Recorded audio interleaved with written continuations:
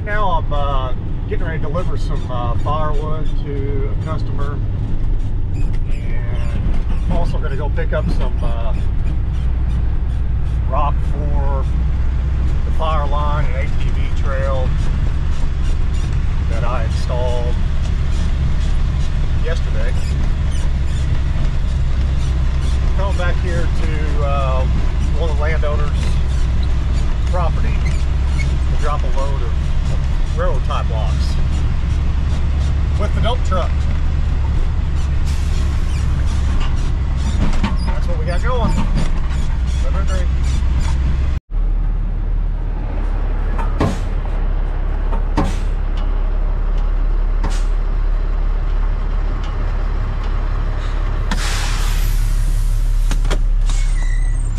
All right, we're gonna make sure that our chains back here are unhooked. As we know, that has caused us problems before.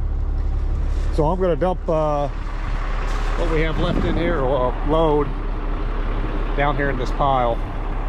One thing I've noticed, and my dad has too, when we dump wood or rock, these mud flaps here tend to get pulled off. So we really got to watch those.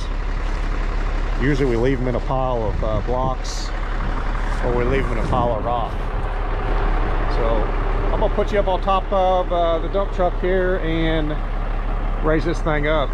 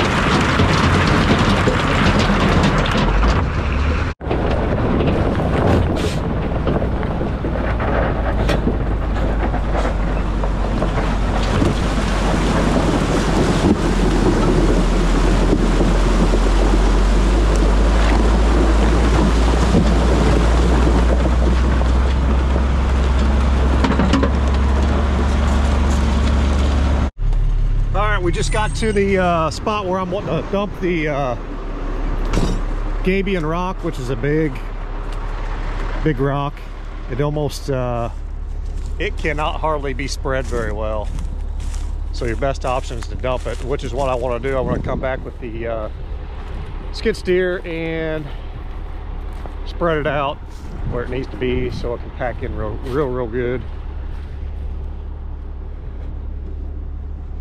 And here is where it's going to go.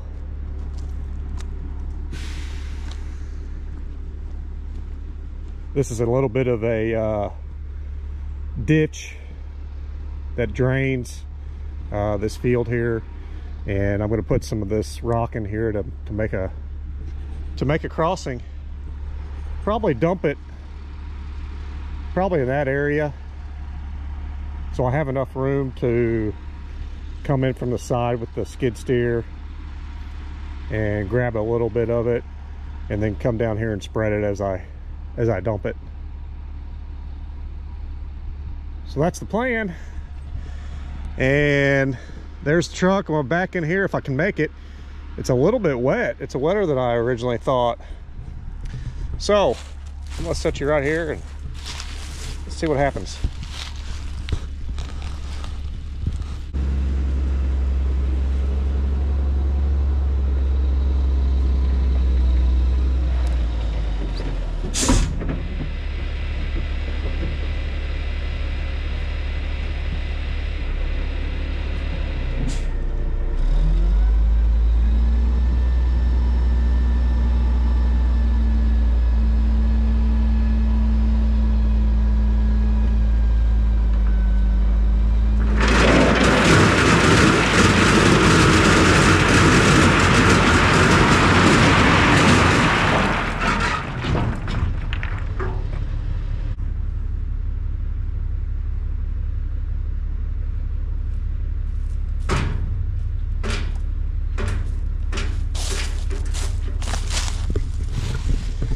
Well, I was able to get the big rock dumped, and this is what they call gabion. Stuff's pretty big, and I like to use this on a situation like this because it's never had any kind of base on it at all, and plus we're dealing with water and mud. You know, I could put a culvert in here, but when the creek gets out in this area, it gets really deep. I'm talking well above my head. I mean, I know this year it got really deep in here, probably about 20 foot right here.